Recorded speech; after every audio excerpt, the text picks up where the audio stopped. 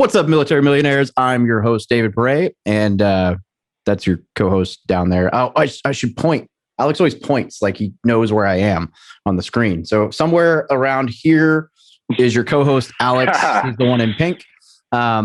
He's a guy who has been around for like 100 episodes now. So if you don't know who he is, you should probably listen to more of these shows. And then the other guy here, Jon, and wherever Jon is if you follow me on social media, you've probably run into Jon at some point. We're basically besties. He's a partner of mine on several deals. We live in the same house. And so you probably at some point or another have seen Jon. We've lived together for a year now. He's actually on the other side of this wall recording. So, but he is a VA lender, one of the ones that I recommend to people. He's done some pretty incredible things across the country and with different loans here and there. And so we wanted to do a deep dive on the VA loan. So there's a lot of rumors or misconceptions about it, and we can't always cover them all. So I thought it'd be a lot more fun to bring in somebody who closes big loans and multifamily loans in a very expensive, very competitive seller's market and can give some tidbits for how to make that VA loan more competitive. So that's the premise for this episode. And also, I just needed another guest, and Jon happens to live here, so I told him the show. So I was the best option regardless. That's it. So, Jon, tell us a little bit about yourself, how you got into real estate, and what you've done so far. Welcome to the Military Millionaire Podcast, where we teach service members, veterans, and their families how to build wealth through personal finance, entrepreneurship, and real estate investing. I'm your host, David Pere, and together with my co-host, Alex Felice, we're here to be your no BS guides along the most important mission you'll ever embark on, your finances. Vehicle 1, you're clear to depart friendly lines. Roger, Vic 1, Oscar Mike. Hey guys, I want to interrupt this episode for just 1 minute to bring you a message from our sponsor for this episode, Rentometer. Now, whether you already have an established rental business or you're analyzing your first deal, knowing the correct rental income is absolutely crucial to lowering investment risk and optimizing your rental income. That's why our go-to source for rental data is Rentometer. Real estate professionals rely on Rentometer because it's the fastest and easiest way to access quality rental data throughout the US. Now, don't take our word for it. Rentometer provides over 500,000 rent reports every single month and gets rave reviews from its customers. In fact, when I first became a real estate investor, Rentometer saved me $100 a month on my first property, which would pay for the entire Rentometer membership if you paid for the membership right off the bat. They have a free option to give it a trial. I use Rentometer Pro. It's absolutely worth your time. I still use it to verify my rent when I'm analyzing properties, and it saved me, or rather earned me extra thousands of dollars over the last few years in rental income, and I absolutely recommend that you give it a shot. So go to rentometer.com today to start your free 7-day trial and grow your rental business smarter with Rentometer, or click the link down in the show notes, and that'll take you right there. Now let's dig into this show. Okay, perfect. So I got into real estate like most other people doing real estate wholesaling. So out of my barracks room in the Marine Corps. So did 5 years in the Marine Corps as a reconnaissance Marine, did the scout sniper thing. After my MEU/deployment, had some downtime and a little bit of money that I saved up from not being able to spend any of it. So I invested that into a system where I was learning how to wholesale. So jumped right into that. Bought my first property using the VA loan, and started getting off market properties. From there, I fell into residential mortgage lending. I loved working with the numbers and connected with a few guys out here. Saw them doing some big things, and saw kind of the life of a loan originator, and fell in love with it. Being a veteran and working with a lot of people that are, also veterans and also into real estate investing, I found myself diving deep into the intricacies of buying multifamily properties, VA, and then just wanting to learn every single part of the VA loan so I could actually be useful when helping people out, instead of just one of those other lenders that we won't name on the podcast in case they ever want to sponsor your show, Dave. We know which one it is. If they wanted to sponsor the show, I would probably tell them that my reputation is more valuable. So, yeah, I know who we're talking about. Yeah. John is one of those guys who ruined the mentorship for everyone else, because he came to me and was like, will you be my mentor? And I was like, yeah, sure. And then I just can't get rid of the guy. So nobody else gets mentorship. That's exactly how it was. You're my mentor. When I first moved here, John and I met on Bigger Pockets because he was hosting a pizza and beer real estate meetup. And it was like my first week in town. And then, I don't know. I don't actually know what the progression was there. Whenever COVID happened, we found ourselves at the Chow Hall and the Recon gym on work days, and then just got closer friends. And then my wife lived out of state. His moved out of state, and he was like, I need a place to stay for like 2 weeks. And then a year later, he's still here. So I needed to get you in shape. That's what it was. That's exactly what it was. So have you seen him? You failed. I know. Trust me, Alex, I've been working on that for the last 13 months now. And it's still like, I don't like failure, and I haven't accepted it yet, but as he's on his way out, I'm starting to realize that that's a reality. John will work harder on your loan than he does on my workouts. So you're welcome. Let's hope you're better. Let's hope you're better at lending. Tell me about the VA loan. So we'll just start as if no one knows anything about the VA loan. They don't have to be a veteran or a surviving spouse. And it's a product. And let's just to say that for people that don't know anything about lending, the huge perks are you don't have to pay any mortgage insurance on a zero down loan, which is incredible. Any other loan, your monthly payment would be anywhere $50 to could be $800 higher just on mortgage insurance alone, especially in our market. So you can do zero down, no mortgage insurance. There's really, you don't fall under any of the same restrictions as you would with FHA, as much as people kind of pick at, that you can't buy anything that's has anything wrong with the property. That's not the case. It's a great loan product that's offered for veterans while they're active duty. People that are in the reservists that have been on it right now are in wartime. So technically, it's 90 days active duty. They'll start getting their benefits, and 180 days in peacetime, they'll get those benefits. Surviving spouses, and you can buy a property zero down as long as you've got your closing costs and you can afford it. All right. And so obviously there's so many benefits to this, right? So let's talk briefly through, if you want to give like a 3-minute overview of like the loan process for me as Nick, the new guy applying for a loan, just so people understand that, and then kind of timelines to expect based on maybe direct lender versus broker / some expectations. Yeah, so I'll just give a general timeline as an average lender. So obviously, the first thing you're going to do, reach out to your lender, and you'll start the application process. Especially for people that are active duty, they're going to want to see an employment history. Your BH is going to take into account how much you can afford. Upload your documentation. You should receive a pre-approval within 24 to 48 hours is a normal turn time to receive a pre-approval. Once you do that, you start shopping for properties. You get something under contract, and you're looking at anywhere from a 3 to 4 week close on average. If you're going to some, without naming any lenders, there are lenders that will quote you 60 days and I'm going to try to avoid using names here, but 60 days for a VA loan. But what I'm getting at, what I'd like to get at is, go ahead. Veterans United, Navy Federal, USA, big box. Here he lenders. goes. Now, I'm not actually naming the banks. Sponsors are out of the window. The point isn't the name of the institution. The point is like big bank, big corporations where they aren't nearly as streamlined as like specific mortgage companies are generally going to be slower than somebody who only focuses on loans. Right. And one of the questions for anyone that's shopping for VA loans, one of the questions you can ask your lender is, are you a direct lender or are you a broker? And some people will say that they're just as quick, and some of them can be. Some people will tell you that leaning more towards a direct, since everything's in-house and they have all of their systems dialed in, that they'll be a little bit quicker.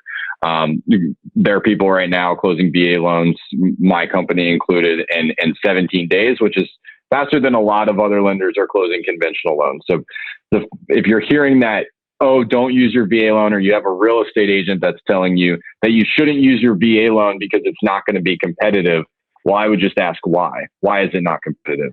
Is it because they take longer to close? Is it because you're putting zero down? The seller is getting the same amount of money regardless of if you put zero down or if you put 20% down. So that shouldn't be the case unless you don't have any money to cover your closing costs. Or right now we're seeing a lot of appraisal gap, which is you're paying the difference between the appraised value of the property and the purchase price. The purchase price is higher than the appraised value, so you have to cover that. We can only lend on the appraised value of the property. And that's the same on any loan. If you were looking at a conventional, they're going to look a conventional loan, FHA, they're going to look at the appraised value. We do not care about the purchase price. So as a seller, flipper, I am not that excited about VA loan buyers for that exact reason. Okay. Appraisal gap, and they have no cash, right? Maybe they have cash and they don't want to use it. I'm okay with that. Maybe they have cash and they don't want to use it. I'm okay with that.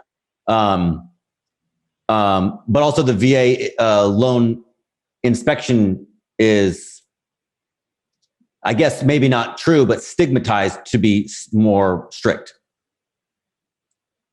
Yeah. So, but to hit on your first point, the saying a VA buyer doesn't have cash is certainly not true. I mean, you might have more veterans that are active duty, maybe like lower ranks that haven't had enough time to save up cash. Yeah, that's true. But the saying that just because they're a veteran, they don't have cash. I've seen plenty of veterans that have plenty of money. I have a guy that I just got off the phone with today that's got $100,000 appraisal gap coverage. So that could go either way. Inspection, what a lot of people think is they're going to go through and they're going to start stomping on the roof and like they would on FHA.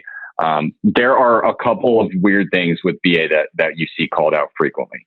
One of them is going to be chipped paint on the outside. So yes, that does get called out. I would say half the time if the paint's old. Everything else is really just safety. It's health and safety standards that you would see on a conventional loan, you would see on an FHA loan. There's really not a whole lot of other ones. There's some weird stuff as far as utilities, what utilities need to be in there, a stove and everything like that. But most houses, especially you're flipping a house, you're going to have that stuff in there, right? So what else would be a concern that you would have? Well, let me clear up too. FHA buyers don't excite me either.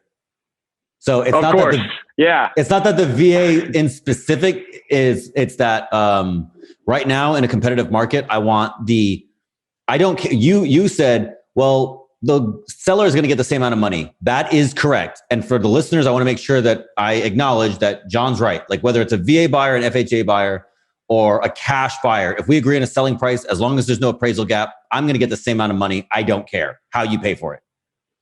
Mm-hmm. Obviously, there's a difference between cash buyers and loan buyers. Conventional is known to be a little bit more loose. That's not always the case, but it's known to be a little more loose. So for me, cash buyer, conventional, FHA, VA, and to your point, and I want to, that might just be stigma. That might not actually be a fault of the loan, because I understand that I'm getting the same amount of money. It's that in a competitive market like this, I want to get that thing sold and closed as fast as possible. So, so I'm just trying to, throw wrenches in where I can for no reason. Yeah, no, let's do it. So, and then the thing that really threw a wrench in it is you just said FHA over VA. Which is surprising to me because FHA is definitely going to be more strict on the inspections than VA is, in my opinion. So that would be surprising. Now, as far as going conventional versus VA, now let's say, and then we'll use my client today for example. I have a client who's VA. We're putting in a 17-day close with a $250 a day guaranteed per diem that we're going to close on time. And he's got $100,000 in appraisal gap. Now, he could use that $100,000 as a down payment. In that case, are you going to, let's say you have the same offer conventional. What are you looking at and what are your concerns with VA? Right now, see, look, when I say VA loan buyers don't have cash, look, I'm at Fort Bragg, right? I'm near all the VA buyers. So we don't have cash buyers here. We only have VA buyers. So I'm fussy. Fussy by theoretics and by hypothetical. I'm not fussy by actual real life. I don't really care in real life. I'm just saying what I care about is when that thing goes in the market is that I want to go under contract once. Yeah. And then I want to make sure that my appraisal gap is covered. So I know this is 100% anecdotal. I know that, like, as you said, there's a bunch of young troops that don't have the capital to do appraisal gaps. There's a bunch of young troops, especially at military bases, who are like, dude, I'm only going to be here 5 years. I'm not paying you 20 grand over ask or over appraisal. So, and I get that. Right. And I also know that myself, when I bought my first house at 27 and I bought a $65,000 condo, I had $900 in the bank to my name. So for me, if there was any of now I'm not everybody, not by a long shot. Right. And I understand that, but I don't know that as the seller. What I see, if I see a guy who has a conventional loan, 20% down on a $150,000 house, that's a good chunk of change. And then they give me an appraisal gap. That's what I'm most concerned about in this market at this moment. That'll change. And when the market settles, I don't care. VA buyer, cash buyer, it's not going to make that much of a difference. But right now, like you said, because that's how we brought it up, it's competitive. I'll take a VA buyer with a strong closing, mostly appraisal contingency is what I'm looking at more than anything. Right. And if let's just say, as a hypothetical, you've got a flip that you're listing and you have a conventional with no appraisal gap and you've got a VA with an appraisal gap, proof of funds with it. Are you going to have any concerns with VA? Say it again. If you have a conventional with no appraisal gap and you have VA, and then you have another offer that's VA and it has appraisal gap coverage, let's say they've got $20,000 of appraisal gap. I mean, at that point, are you leaning more towards VA? They've got the appraisal gap. Sure. Yeah. Paper to paper, I would take that deal. The only thing I would add is that I'm going to sniff the selling broker with my German Shepherd BS detector to ensure that the buyer is a strong buyer, that they can make that happen. If I believe that they can close, if I believe that the buyer can complete the transaction, then that's a better deal for me. I will take that deal. Yep. And then also, in another way to make things competitive in this market, and it has nothing to do with a loan, but just in general, in North Carolina, they're doing non-refundable due diligence money. So a way for a buyer to show the seller that they're a strong closer is to say, well, I'll give you, now it goes towards the close. It goes towards the deal. So if they're like, hey, look, I've talked to my lender. I'm an 800 Beacon. I have this in the bag. No problem. I just want to use my VA loan. They can leverage that strength by using, give me $3,000 non-refundable. Give me $5,000 non-refundable due diligence money. You'll close the deal. And that money will go to you. I don't get it. That would help me close a VA loan or any loan, actually, just to be clear. Yeah. Another huge thing. So what, and for all the VA buyers out there, things that you can do on top of that, obviously the first thing you want to do is get in a good position where you have cash. Cash will always help you in a competitive market. And there's not a lot that can replace that. So when you start calling your lender asking for down payment assistance or anything like that, and especially in a market like now, there aren't a lot of markets that I know of that aren't incredibly competitive right now. I think I've heard New York City is, and that's it. And maybe that's not even the case anymore. But almost every market, and I do loans all over the country, it's extremely competitive. So these things are important.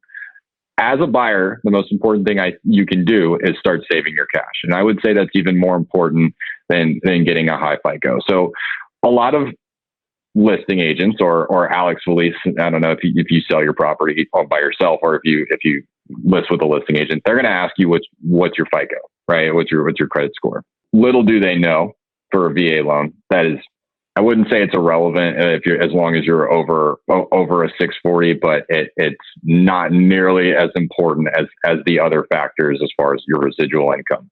So I don't know if this is going into too much detail, but I'm going to explain to you why VA is more important. Well, I think why VA is, you have a higher chance of closing, and you really just need to know one number than a conventional loan. So conventional loans go off of something called a debt to income ratio.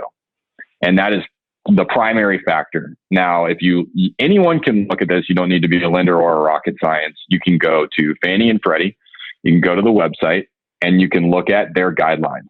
And then boom, if you qualify just by looking at the math. But you can see if you have under a 720 credit score, what your debt to income requirement is and your loan to value requirement is for that credit score. And then you could go down to 680 and below, and you can keep going. And you can do that for FHA, which has a hard cap with debt to income as well. So with VA, it does not matter what your debt to income ratio is. I should say that loosely because I've never seen a scenario where your debt to income was the issue. It always comes down to one thing, which is called residual income. So VA loans, and when we're underwriting VA loans, what we're looking at is how much money you're bringing in, and then we look at how much you're paying in state tax, federal tax, Social Security. So how much money essentially you're taking out of pocket. We have a calculation that we use for the size of the house, which is called a maintenance calculation. So we use 14 cents a square foot. And we hit you for that as essentially those are going to be your utilities, or that's going to be what you're going to be spending on the house. And then all of your debt.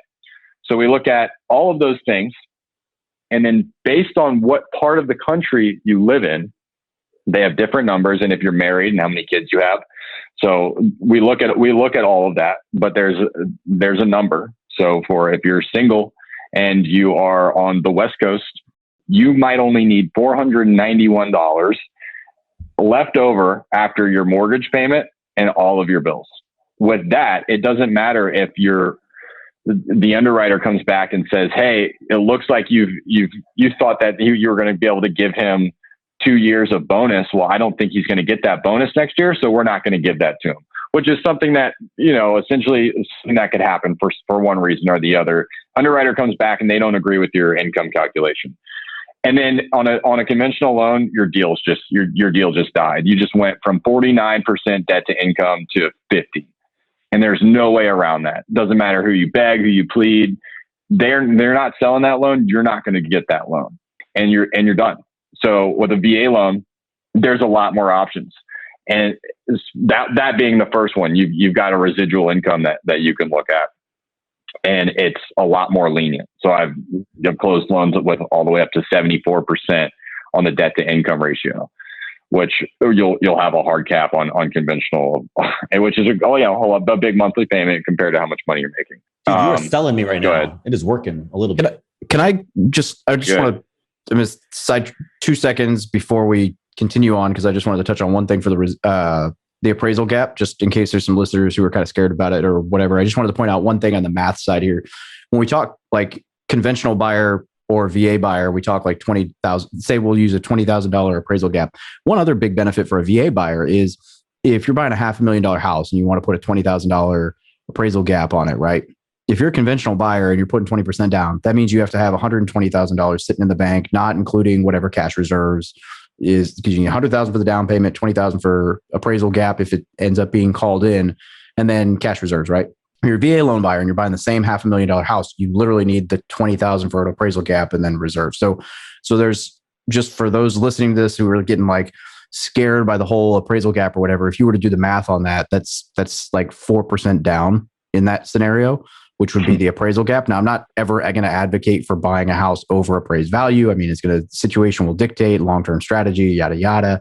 I'm not a fan of the idea of paying over asking price or over appraised value, but if you're trying to compete in a market like this, it is nice to know that you could come in with $20,000 out of pocket plus reserves, vice $120,000 out of pocket, vice reserves for the same house, and probably get in with about the same monthly payment because you're not paying, well, maybe not on a 20% down, but if you were to do like an FHA and run the same numbers, you wouldn't have PMI, MIP, all that other stuff. So I just wanted to throw that out there, just to like, an appraisal gap isn't the scariest thing in the world if you're not putting money down, because it might not be that much money out of pocket. One thing you can look at too, depending on, and let's pretend that none of us can see the future, even though obviously all of us can, and we're fantastic. But let's say that we're going to look at historical appreciation, and you're in a market like San Diego, and you're seeing on average 10% appreciation. Well, if you buy a house and you have $5,000 in appraisal gap, do you really think that you're not going to get that back if you hold it for 10 years?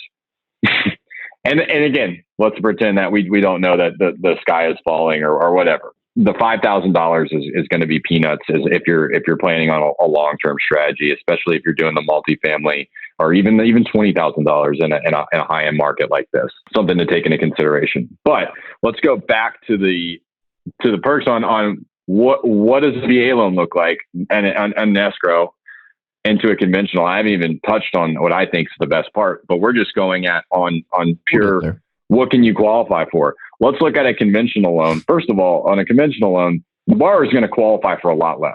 So this PFC going in that really likes Alex's flip with the pink door, he's going to qualify for a lot less of a purchase price than if he was VA. VA is going to have a lot more room to go up and give Alex a lot more money for that property because he qualifies for more.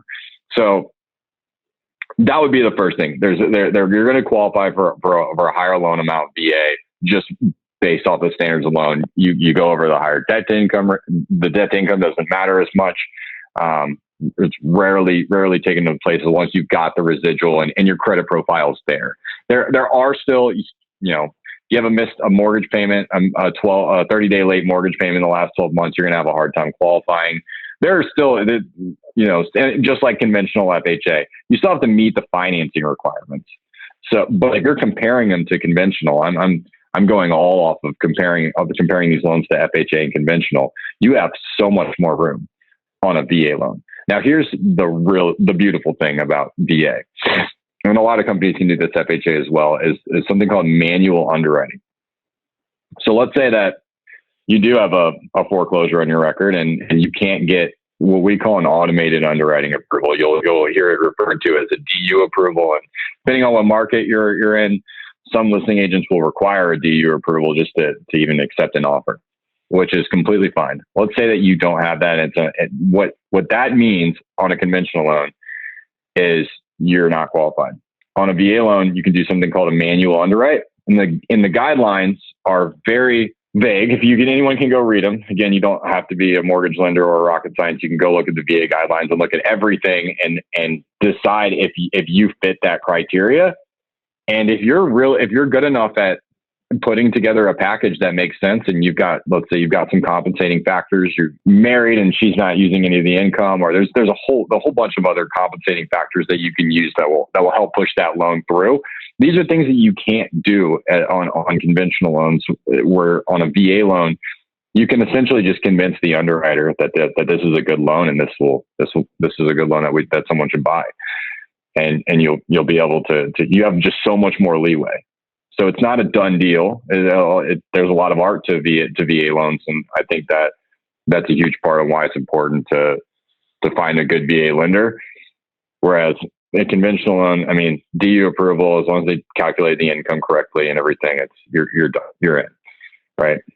What's up, guys? Hope you're enjoying the show. I wanted to stop for just a few seconds to talk once more about Rentometer. And no, they did not sponsor the second ad. This is a mid-roll ad. They sponsored the beginning of the show, but I believe in Rentometer enough that I wanted to just poke my head in here and reiterate that you guys should give it a shot. It's a 7-day free trial. This will absolutely save you money by helping you get greater rents on a property, or helping you avoid from trying to ask for too much in rent and sitting vacant forever, which can be almost as costly, if not worse. So I absolutely recommend that you go try Rentometer for free at rentometer.com, or the link down in the show notes, and give them a shot. You absolutely can't lose with a free trial that will literally make you thousands of dollars on your rentals. Now back to the episode. You're selling me a little bit on this. I got a flip that's coming up for sale. I think tomorrow, actually, with a pink door. Yes, absolutely. And so, all right. Now I will say this: if I can find a cash buyer, I'm taking them. You can't, as you said, you can't beat cash. But I live next to a military base. Yeah. There's not that many cash buyers. Even the houses are cheap. Even still at 160 grand, 165 grand. There's not that many cash buyers. Now, I will say one of my strategies over the next year, because I'm looking to buy a new primary residence, just to keep competitive, I think I'm going to borrow and pay cash for a house that I want to live in, and then refinance it with a VA loan once I'm in it. That makes me competitive on the purchase side and allows me to, it costs me a little bit of money to do the refinance, but I was going to have to pay for the loan anyways. So for people out there who maybe have access to capital but don't want to use it, you can do both? You can be competitive with the cash purchase and then refinance into VA. Can you do that? Oddly enough, no. So VA requires you to pay off a lien in order to do a cash out refinance. You have to pay off a lien. So you'd have to have a mortgage on the property or a lien on the property that you're. I'll give my mom $300,000. She'll give me a loan for $300,000. She's gonna write it has to be an actual. I like where your head's at because I've actually trust me, I would have done that. Okay, so even still 90% down. Yeah, it doesn't matter. I'll go get a hard money lender. It doesn't matter. I'll go get a hard money lender and pay freaking 12% for 90 days. So my thing would be that you don't have to, and I can tell you that I've beaten cash offers, and I have multiple John, you're times. talking about my dream home. John, you're talking about my dream home. Okay, we can't be going on. John beat a cash buyer once. No, I can't take that. I'm going. No. This isn't once. This is a normal. So you can, but here's the thing: you'd have to ask your questions. So what questions would you have as a listing agent, which would have been a great, are you licensed to sell residential? I know David is. Yeah, but I hate brokers. So David, Alex and I are licensed, but neither of us has ever sold a house with our license. I'm not licensed. You're not? Okay. Wow. Alex is not licensed. I am. And we still have neither ever sold a house with a license. Well, for people that are VA buyers and they're thinking the same thing, David, for the purpose of this, since you are a residential real estate agent, I would like you to ask me some questions and we'll talk about it and we'll see, and these are some of the things that these VA buyers can give to their agents as tools to why we should go VA. Can we go back to the part where I said I've never used my license to sell a house? Well, you know what, David? What are you getting at? There's a first time for everything. I'm not sure what you're getting at here, so I don't want to. What questions would you have as a listing agent? Because I know Alex has already given me some concerns. Yeah, right? I mean, I guess the concern would be, like we've touched on inspection, we've touched on appraisal, we've touched on the rumors that the VA loan takes forever to close and it doesn't close and it's not reliable. I think those are the main ones. Is there something we're missing? Wait. If we're looking for controversial things to talk about, in 2018, I wrote an article for Bigger Pockets with the title, "The Big Reason That the VA Loan Program is a Trap for New Rental Investors." Well, it's because it's an owner-occupied loan. But okay, let's reference that then, and let's hear some of your points because maybe we'll cite this super official scholarly article that we got going on over here. This is an official resource. This is not a cited source. This is just me ranting on the internet. The idiots at Bigger Pockets publish what I say, and now we're all gonna have to listen to it. You do not have to pay the word is PMI. Suffer. Let's be clear here. You do not have to pay PMI for a VA loan, but you do have to pay a funding fee. Is that correct? As long as if you have any VA disability at all, you do not, or if you're in the middle of the claim, you'll get that reimbursed. But if you don't have any VA disability, you do have to pay a funding fee. It's 2.3% for first-time use, and then 3.6% for subsequent use, 0.5% for anytime you do an interest rate reduction loan or refinance. So I wanted to give that quick spiel, and that's as of 5/12/2021, in case it changes tomorrow on me. Okay, here's the only downside for investors. If you're a retail buyer, is that what most of you deal with retail buyers? Yes. Okay. So for my people here who are investors, back in 2017 and 18, before real estate became bananas where it is now, where people are grossly optimistic, and especially on military bases, there's this idea that a soldier will buy a house in Fayetteville with a VA loan and live in it for a year or two, and then he'll PCS, and then he'll rent it out, and then he'll go to the next place and he'll PCS, and he'll rent it, and he'll buy a place with a VA loan, and then he'll live there for 2 or 3 years, and he'll PCS, and he'll do this across the country. And there's a myriad of reasons why this is a kind of a lousy idea. But the thing that I wanted to explain to investors, not to retail buyers, is in real estate, the first rule of real estate that people forget, especially when buying houses out of state, is location, location, location. People forget that. That's okay. The second rule of real estate, in my estimation, is you make money when you buy. With the VA loan, you got to pay cash. You got to pay retail. You can't buy a property that needs rehab. Is that correct? If you had the VA, there is a VA renovation loan that David and I will be taking over, and it's now offered. But if it needs, it depends. I've definitely financed a few properties that needed rehab. I mean, they're older and they have a lot of potential for flips. But if you're talking full gut, you're like probably what you're doing for your flips, where there's no no flooring is an automatic no go for VA. Right. No AC and stuff like that. Like that could be So I want to express just to our investor listeners that the VA loan is a great way to get into a property, but you're buying that thing retail. So you're buying that with especially if you're doing zero down, you're buying that, say you get the property, we're talking about the efficacy of closing the loan. Fine. Let's say I agree with you, everything you said. So, but I want to make sure that I talk to our investors and say, look, this is a good way to get started.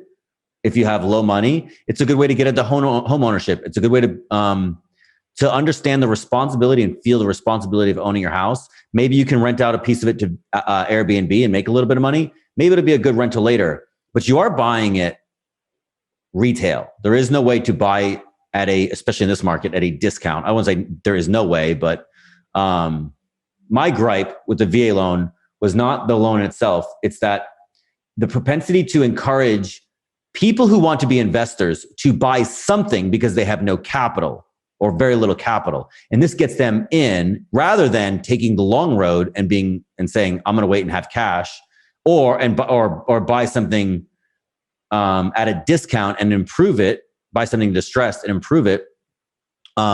This encourages or entices people to go and buy something because they can, but buying a retail home, in my opinion, is contradictory to savvy investing. Do you agree with that? The first thing is, if you buy a house, are you saying that you can buy a house conventional or FHA? Are you saying are you comparing this to the other loan products? Are you comparing this to buying a house hard money or something like that? Hard money with your own and like flipping it. I'm saying that the VA loan, because they advertise 0% down, it disproportionately entices people with not much capital to buy assets that are not wholesale. They're not discounted. They are encouraged to pay retail for a home that they may not otherwise. Now, the FHA does something very similar with 3.5%. So I'm not just saying that it's a VA loan specific thing. But 0% down is for somebody who's just getting into real estate or just learning about investing, they're like, I have no money. That can be an enticement that can disproportionately encourage them to make a purchase that is not necessarily a savvy investment. So, and here's why I would disagree with that, because I see it a lot. And what I see is people that are in the Marine Corps active duty, because I think where we're targeting right now is specifically active duty people that they didn't get out and now have the money for 15% or just stayed not making any money. We're looking at the younger audience, right? And what I've seen is people that buy at their first duty station. Let's say that their first duty station, and I'll use an exact example. A client of mine bought a property in North Carolina, first duty station, and bought it in Jacksonville. And then with the remaining of his entitlement, he bought a property in Oceanside when he got stationed at Pendleton. I don't know how much money he had at the time he bought in Jacksonville, but he was young, so probably not a lot, right? He rented it out. Maybe it broke even for him. But by the time he bought his second property, he had some equity in it. Now he bought his property in Oceanside. He lived in it, and with appreciation and then with principal pay down, he built up to where he's at 80% loan to value. So now he can refinance into a conventional loan. So now he has two cash flowing properties, one in North Carolina, one in Oceanside, and he's buying his third property in Washington, D.C. Now, he did all of this with zero down, with the money that he could have been spending on a down payment for his primary residence. You can go invest that money in another market. You can do your out of state, or he could have gone and bought another property in Jacksonville instead of putting it towards his down payment for his primary residence. So I've seen that, and that's just one example, but I've seen that over and over where I see people 6 to 8 years in the military, and they own two properties with $500,000 in equity in these two properties, and they have zero savings, which you would say that's sad. They don't have any savings, right? They need to be watching the Military Millionaire podcast more and read David's book. But what they do have is they have a net worth of $400,000 or $500,000, and the only thing they did was buy a house zero down. So if I compare it to that, but that implies that real estate only goes up. What about the buyer, right? You're talking about how long you've been in the real estate business? Mm-hmm. 3 years or so. Right. Real estate goes down, right? In my lifetime, it went down 50% in 2 months. Right. We're talking about it. We're probably done that 3 or 4 times, right? A couple of different. So, but hang on. My point is, right? You can point to a person and say, well, this person with no savings bought these homes, and then it went up 50% in value. Now they have all this equity. And so it works. And I'm like, well, but it discounts all the people that bought houses with no equity and no cash, and it didn't work, because there's a cemetery full of people who did the exact same behavior and lost because of the luck of the market. Yeah, survivorship bias. Yeah. And let's be clear, I'm not saying that you need, I'm saying you still need to run your numbers. The property still needs to make sense as a rental. What I would never bank on is you're not buying these properties saying, yeah, look at how much appreciation they're going to make. Your goal is it's a stepping stone. You get your foot in the door. You learn the terminology. And it's not going to make you rich, but as long as the numbers work, when you can rent it out and you can hold on to it, you've got your reserves. You've done everything that they teach you about to do your solid real estate investment principles, which is have your reserves. Have your rainy day fund in case something goes wrong. And hold on to it. But through that, there are plenty of people that held properties through 2008. And I think whether it's zero down or 25% down, if you foreclose on it, you just gave the bank more money. It's not like you're keeping any more money. Okay, great point, right? Actually, last one, David, and then I'll let you talk. I see where you're going with this. More so than equity, right? More so than equity is cash on hand. Because one, let me tell you something, houses they require costs. And so maybe 9 out of 10 buyers, I don't know the number. Maybe 9 out of 10 buyers buy a home, they like it, it's a VA retail home, and in 5 years, they don't have to put any money into it. And then how many buyers find out soon after purchase, they have to sink some money into it? You have to have cash on hand. If the market tanks 50% and you hold on to it, who cares? If the market tanks 50% and then you have a repair and you can't afford it and you have no equity, you're getting a gravestone. You're financially you're gonna have a sad day. So right. And I worry, and I don't know this, I'm just speculating for the sake of argument, actually. I worry that VA loans that advertise 0% down encourage people with low capital to make big purchases that it works out, no problem, until it doesn't. And then it's like, how could this possibly happen? And it happens every 10 years-ish. So I think there's the inherent risk when you go 100% loan to value on something and you don't have any cash, right? The market turns down. That's a really bad spot to be in. So I agree with where you're coming from, Alex.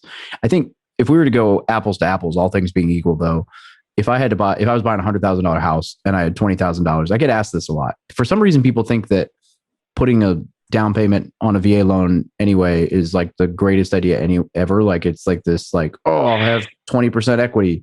But so I just want to say this for the recording. If you had $20,000 and you could put it down on a $100,000 house and you can use the VA loan, don't, because you're an idiot. You can't tap that. You won't. No, You know what? No, I'm not even going to preface that. Yeah, you're an idiot. And here's why. Because you won't be able to pull it via a refinance. I like it. Like that, you won't be able to get it out via refinance. You would have to sell, which means that you instantly lose 6% via commission, maybe 4% on the good end, right?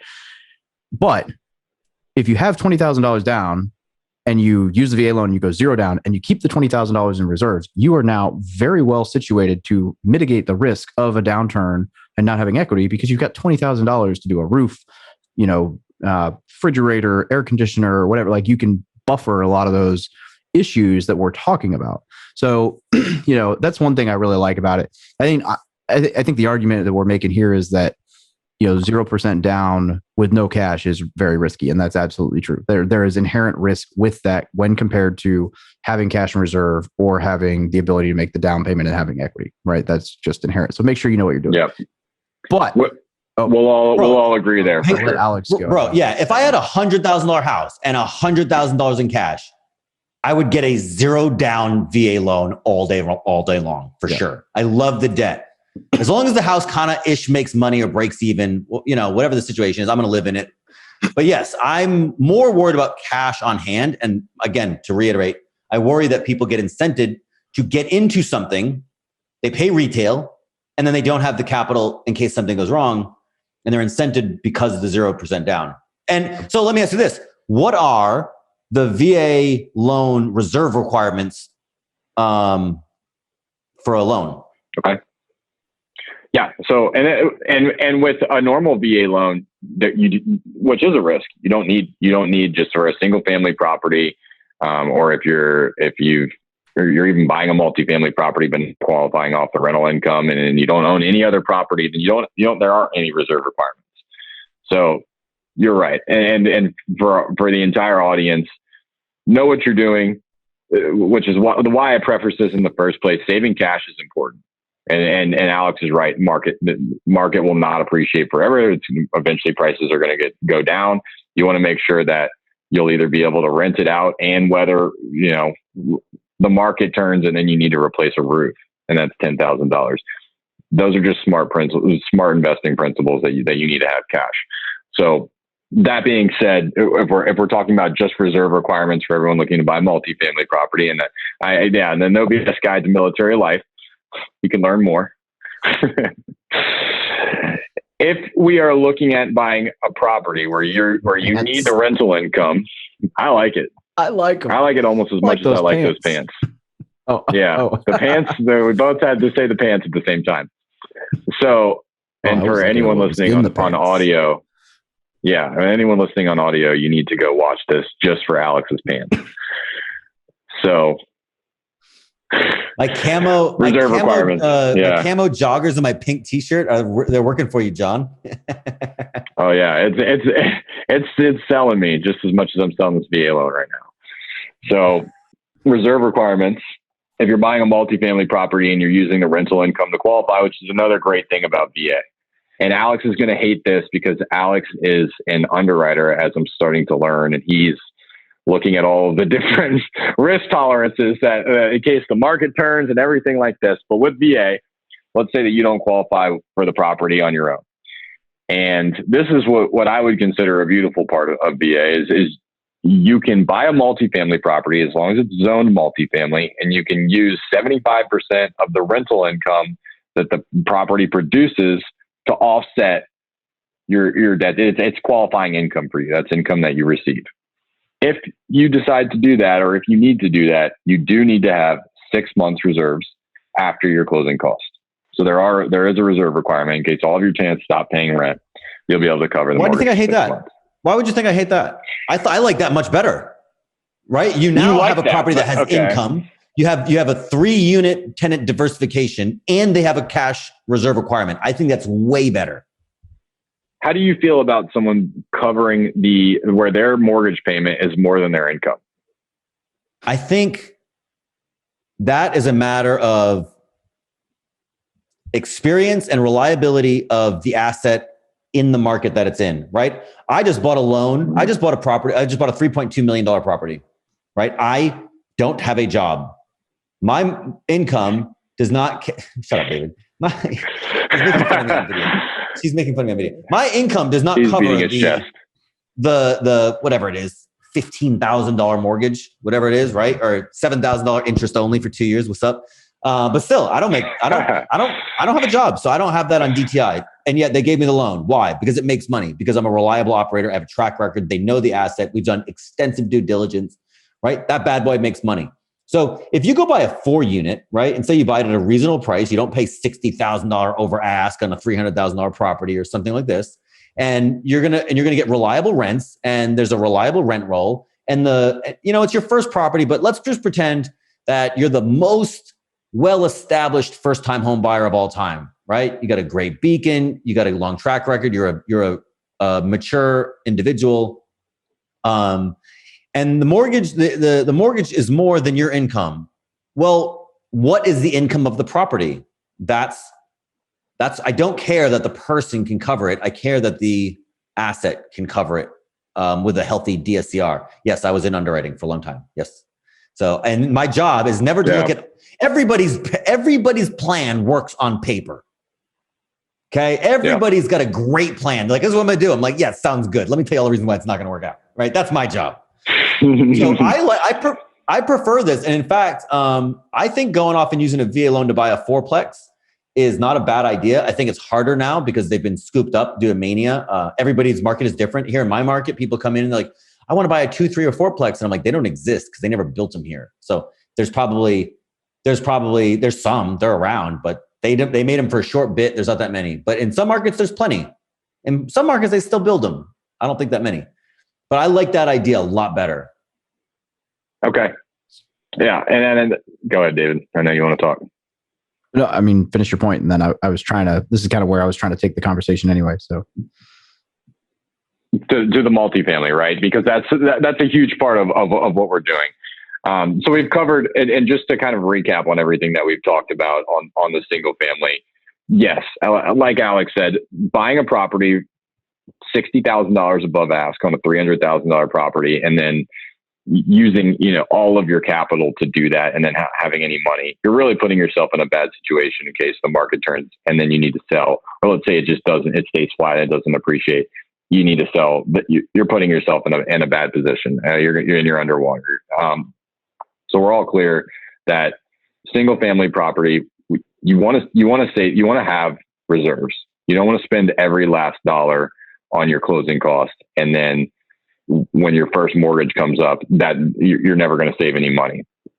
So we're all clear that's the case. And then we've kind of covered everything on that verse on a conventional loan. The same principles would apply on any type of financing, or if you're just starting out in real estate investing, having cash and reserves is important. So now moving into the multifamily, that's a lot of what we do. If you can do it in your market, it's fantastic. So going into specifically what you're looking for there, and what's realistic and what's not. So a lot of people say, oh, I want to, yeah, go ahead. Can I just segment this real quick so that it's in the reason we're going into multifamily? So we poked holes on the VA loan. We talked about risks associated with the VA loan. We talked about why some sellers don't like it, but this is getting into like some of the benefits for why the VA loan is not necessarily not for investing, but some ways that you can use it that are very beneficial, that are kind of unique to the VA loan. And this is one of the reasons that I love it, right? Like there are definitely risks inherent with some of it, but this is the last 10, 15 minutes of this is going to be like, this is the big benefits in my opinion for this. So that's why we're talking multifamily. Let's do it. So first thing we're going to look at is and we didn't cover, and I think I kind of did a brief intro on the VA loan, but obviously you have to live in the property. So a lot of people have reached out and asked me that they told me they want to buy an investment property VA. You have to live in one of the units. So the only way you're buying investment property has to be the multifamily route. So if you have 6 months reserves, you can use the rental income as we discussed earlier, and you can use that to qualify. So somebody that, like, for example, a sergeant that makes $6,000 a month in San Diego can qualify for a $1.2, $1.3 million property as long as the rental income makes sense. It offsets to where your residual income works. So you can do that, and if you've had the 6 months reserves, what you're doing then is you're lowering your living expense, which is the biggest thing that we're going to focus on. So I don't know if any of you guys have read Set for Life, but I know by Scott Trench, that's a great one if you're just looking on a path to, and one of the big things he talks about is if you can lower your living expense, the amount of money you can save drastically increases. If you can, comparing it to cutting out your Starbucks coffee, or if we're talking about, Marines, tattoos, and dip. So you can keep doing that. You can keep dipping your can a day, and you can keep getting your moto tattoos across your back. That's completely fine as long as you are cutting your living expense.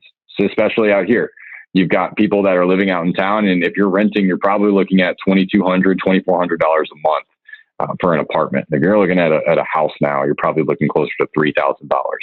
You can buy a multifamily and you can lower that to $2,000. I've seen zero, and I've seen people make a little bit of money.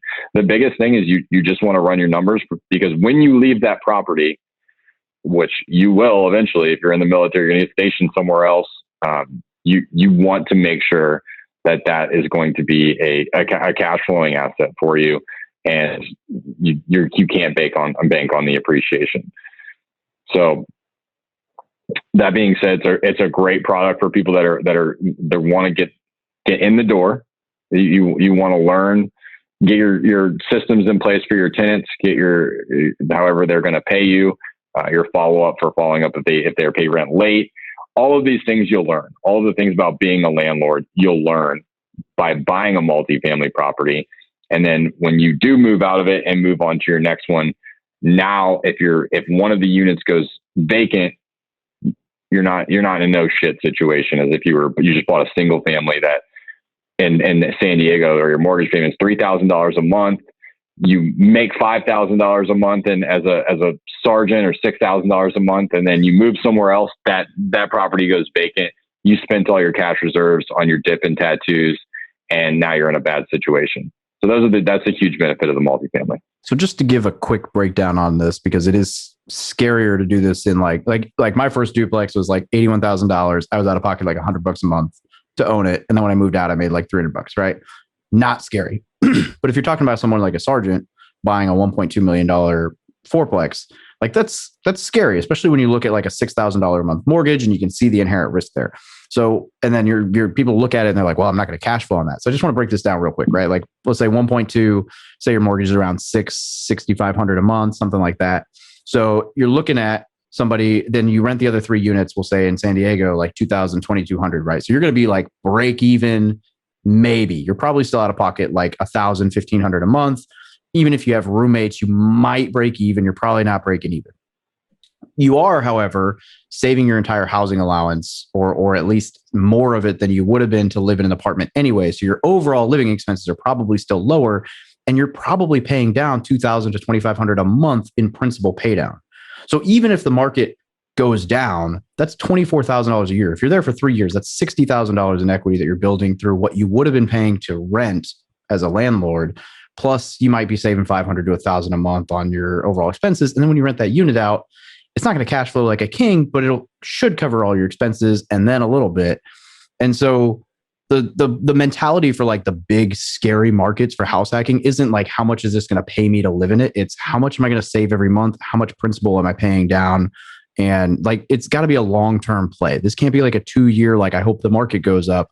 It's got to be like, do I want to own more properties here? Do I want to own this for, the next 20, 30 years? But there is some definite advantage to that, especially when you factor in, and I'll let Jon touch on this more so, but if you were to compete, like, let's say you were a normal investor buying a fourplex here in San Diego, you buy say $1 million house. You have to put $250,000 down, and you're locking in a 4.5%, 5% interest rate. You're honestly not going to be saving that much month over month on your mortgage. You're, as the VA buyer, paying $0 down and moving into this house with a 2.75. And I would have to do the math on this, but your monthly payment is probably not much more, if not lower, than someone who put 25% down, but is paying 4.5%, 5%, 5.25% interest on the property. So there's a big advantage there for getting your foot in the door if you do it right, where you're able to buy some of these properties that like sophisticated investors are snatching up. But this is where, like, Not saying this is for everyone, but if you have a little bit of, if you're young and you can afford a little bit of risk and you do your numbers, like you can definitely win here in a pretty cool way. There's some pretty cool opportunities there for this. Yeah. And the scenario you just said, so I don't know the exact numbers anymore, but I ran this scenario with another LO in my office, just bought a $2 million fourplex in LA. And he, used some of his, he bought down the points. He got down to a 2.25 interest rate. Rates have gone up a little bit since then, but we were just comparing 2.25 with zero down. And we looked at someone putting 25% down and the rate that they would have because on conventional loans, you're going to have a higher rate just for it being a multifamily property. On VA, those rate adjustments don't exist. But conventional loans, you have rate adjustments. I just did it. So a $750,000 loan at 4.5% is $3,800 a month. $1 million loan should be zero down at 2.75 is $4,082. So $282 a month more, and you saved $250,000 down. Yeah, or you could do that same thing. Yeah, exactly.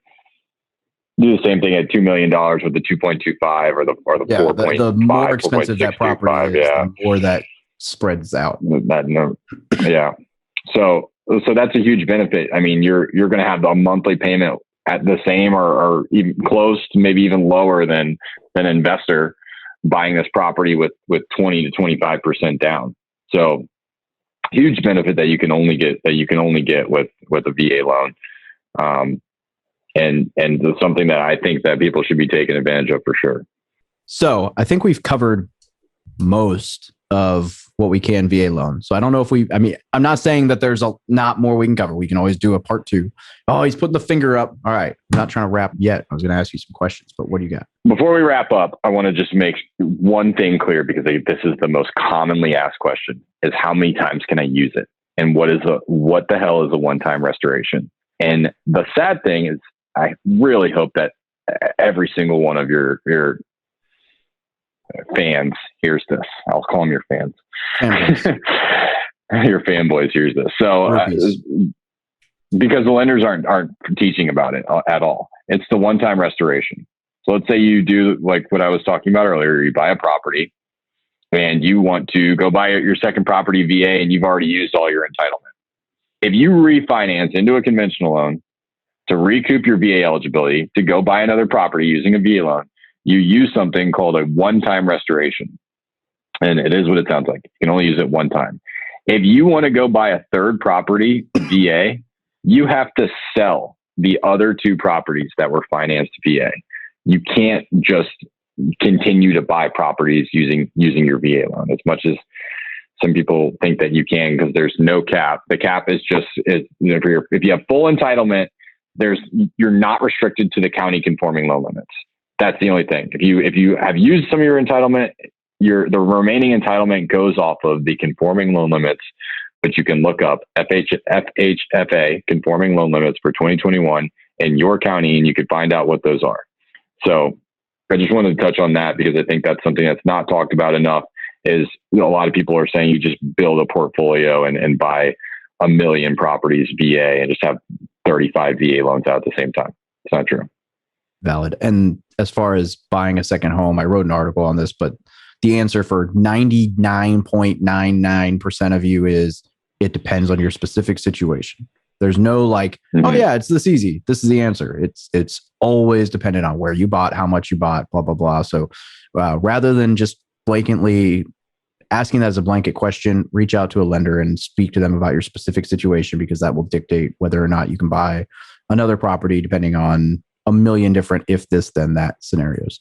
All right. So real quick, Jon, you've probably never listened to the show before because you live with me. So you probably like, I just hear it all through the walls. And I don't blame you. So this might be a total shocker question that I ask every guest. But if an E1, E2 walked up to you asking you for advice, life, business, real estate, whatever, what's the one thing you wish you'd known when you joined the military? That's a good one. See, he doesn't listen to the show. He's just like you. See, I told you, Alex, you guys would get along great. You don't listen to anything you've recorded. I don't listen to anything I've recorded. Jon doesn't even know he didn't even know I had a podcast and he's lived with me for a year. I haven't finished reading your book either. I'm gonna be honest, but it's on my to-do list for next year. So when I retire, I think the biggest thing for me when I joined the military is I did about 2 or 3 years of 2 years really of the Lance Corporal. Oh shit! I made how much this month? $1,500. I'm rich compared to all my friends, so I can buy $1,500 worth of guns this month. And I would look at money as it was coming in every single month as this just came in.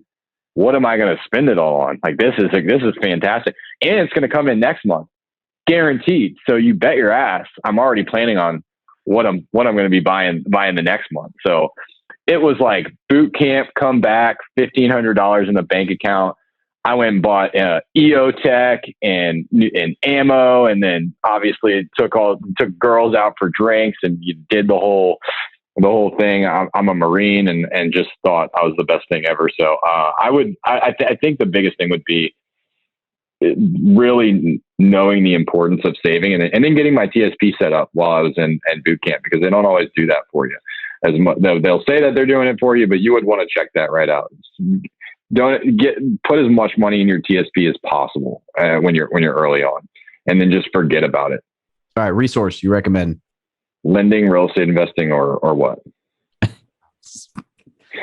gonna have to bring that book closer if you're gonna wear a hole in your floor running back and forth. I'm gonna recommend the Military to Millionaire podcast would be my first resource, and then the Military to Millionaire Facebook group. After that, I would go to the Military to Millionaire website, and then I would read the No BS Guide to Military Life by David Pere. No, not pressured at all. No solicitations on this show. Okay, I don't want to hear that.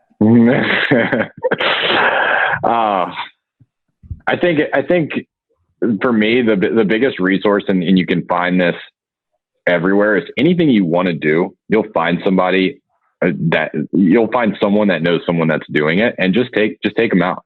Just meet up with them, or if, I'm not one of those people that thinks that you can just ask somebody anyone that's doing anything with their life.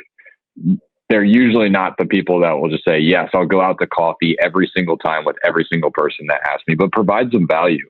And I think people are the best resources really, as people that are doing whatever you want to do.